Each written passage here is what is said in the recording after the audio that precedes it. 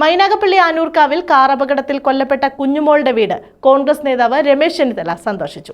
കുടുംബത്തിന്റെ നിയമ പോരാട്ടത്തിൽ ഒപ്പം നിൽക്കുമെന്നും അദ്ദേഹം ഉറപ്പു നൽകി. അതേസമയം കേസിലെ പ്രതികളായ അജ്മലിനെയും ശ്രീകുട്ടിയെയും ഞായറാഴ്ച തിരികെ കോടതിയിൽ ഹാജരാക്കും.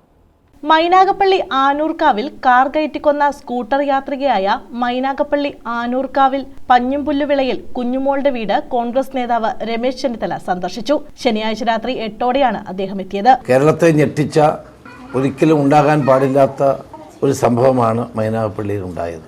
ഇതിന് ഉത്തരവാദികളായ പ്രതികളെ പോലീസ് കസ്റ്റഡിയിൽ എടുത്തിട്ടുണ്ട്. അവർക്ക് നിയമം അനുശാസിക്കുന്ന ശിക്ഷ ഉറപ്പാക്കാൻ നടപടികൾ പോലീസ് സ്വീകരിക്കേണ്ടതായിട്ടുണ്ട്. നമ്മുടെ നീതിപീഠം അക്കാര്യത്തിൽ സ്വീകരിക്കുമെന്ന് ഞങ്ങൾക്ക് ഉറപ്പുണ്ട്. കുഞ്ഞുമോളുടെ മക്കളായ സൂഫിയ, അൽഫിയ എന്നിവരിൽ നിന്നും വിവരങ്ങൾ ചോദിച്ചറിഞ്ഞു. ബന്ധുക്കളുമായും സംസാരിച്ചു. കുടുംബത്തിന്റെ ദുഃഖത്തിൽ പങ്കുചേരുന്നതായും നിയമ പോരാട്ടത്തിൽ ഒപ്പമുണ്ടാകുമെന്നും അദ്ദേഹം ഉറപ്പ് നൽകി. തീർച്ചയായിട്ടും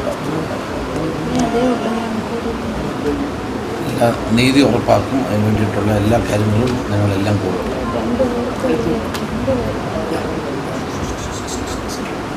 ഇത്തരം അപകടങ്ങൾ ആവർത്തിക്കാതിരിക്കാനും കുടുംബത്തിന് വേണ്ട സഹായം എത്തിക്കാനും വിഷയം നിയമസഭയിൽ ഉന്നയിക്കുമെന്നും ചെന്നിത്തല പറഞ്ഞു. കാറിടിച്ച് പരിക്കേറ്റ് ചികിത്സയിൽ കഴിയുന്ന സ്കൂട്ടർ ഓടിച്ചിരുന്ന ഭർത്തൃ സഹോദരി ഭാര്യ ഫൗസിയെയും സന്ദർശിച്ചു.